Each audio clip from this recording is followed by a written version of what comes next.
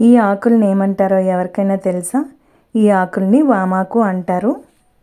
పిజ్జాల్లో వాడే organo powder దీంతోనే తయారు చేస్తారు.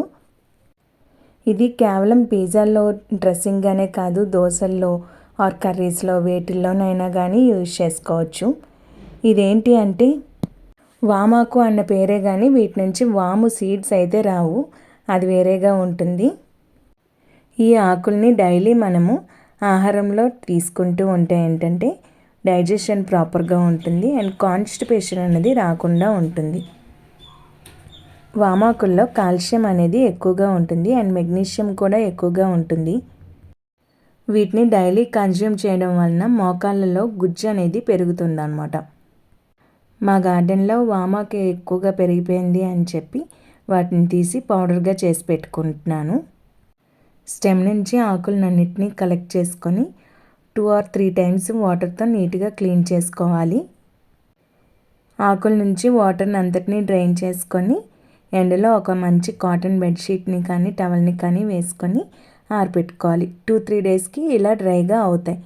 వామాకుల్లో వాటర్ కంటెంట్ కొంచెం ఎక్కువగా ఉంటుంది కాబట్టి డ్రై అవ్వటానికి 1 వీక్ అన్న టైం పడుతుంది. 1 వీక్ తర్వాత చూస్తే కొన్ని డ్రై అయ్యాయి, కొన్ని డ్రై అవ్వలేదు. అందుకే 2 ప్లేట్స్లో సెపరేట్ చేసుకున్నాను.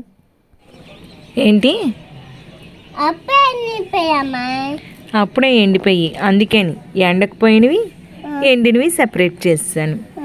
ఇది మనం పౌడర్ చేసేద్దాము. పౌడర్ చేస్తే అదేం పౌడర్ అవుద్ది?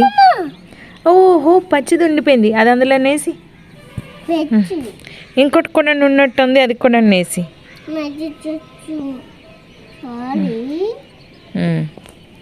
ఇదిగో ఇంకోటి కూడా ఉంది, అది కూడా వేసి వీటిని పౌడర్ చేస్తే ఏమవుద్దో తెలుసా?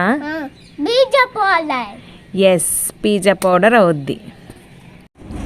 వీటిని మరొక 3 డేస్ పాటు ఎండలో పెట్టేసుకోవాలి. మొత్తం డ్రై అయిపోయినాక మిక్సీ జార్లోకి తీసుకొని మనకు కావాల్సిన టెక్స్చర్లో పౌడర్ చేసుకోవాలి. నేనైతే మరీ ఆకులుగా ఉంచట్లేదు, అలానే మరీ పౌడరీగా కూడా చేయలేదు. ఇలా మీడియంగా కొంచెం బరకగా ఉండేటట్టుగా చేసి పెట్టుకున్నాను. ఇది మనం ఏదైనా ఎయిర్ టైట్ కంటైనర్లో స్టోర్ చేసుకుంటే ఎన్ని రోజులైనా కానీ, అంటే సంవత్సరం కొద్ది కూడా స్టాక్ ఉంటుంది. Thank you for watching. Have a great day.